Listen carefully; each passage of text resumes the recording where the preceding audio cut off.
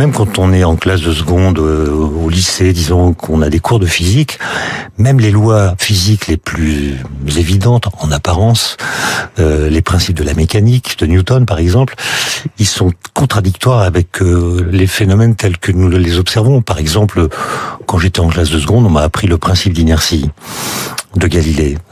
Un corps qui n'est soumis à aucune force, c'est un mouvement rectiligne uniforme, va en ligne droite à vitesse constante. J'allais au lycée en vélo, et ce que je voyais bien, c'est que quand je cessais de pédaler, mon vélo s'immobilisait.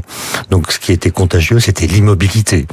Et la professeure de physique nous dit non, quand il n'y a plus de force, le mouvement continue indéfiniment. Donc il y avait une contradiction entre ce que mon esprit devait apprendre pour avoir une bonne note et l'expérience du mouvement qu'avait mon corps. Et en fait, j'ai compris tardivement que tout cela vient du fait que nous vivons dans le monde. Le monde, c'est la Terre avec l'atmosphère. On n'est pas dans le vide. On a des vitesses de déplacement qui sont négligeables par rapport à la vitesse de la lumière. Et ce monde nous trompe. Nous trompe au sens où il nous cache les vraies lois universelles, parce que notre monde est un endroit dans l'univers extrêmement particulier, peut-être même unique, en tout cas particulier. Et pour comprendre les vraies lois physiques, celles qui valent universellement, il a fallu que des esprits comme celui de Galilée ou d'autres trouvent des stratagèmes intellectuels pour aller se faire voir ailleurs, c'est-à-dire invente des questions du type « qu'est-ce qui se passerait si on était dans le vide ?» par exemple. Et dans le vide, tous les corps tombent à la même vitesse, quelle que soit leur masse.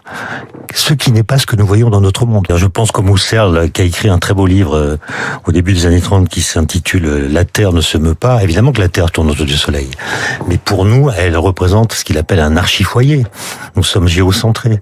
Et sans doute que si nous quittions la Terre, ce qui est possible après tout, en quittant la Terre, nous cesserions sans doute d'être humains.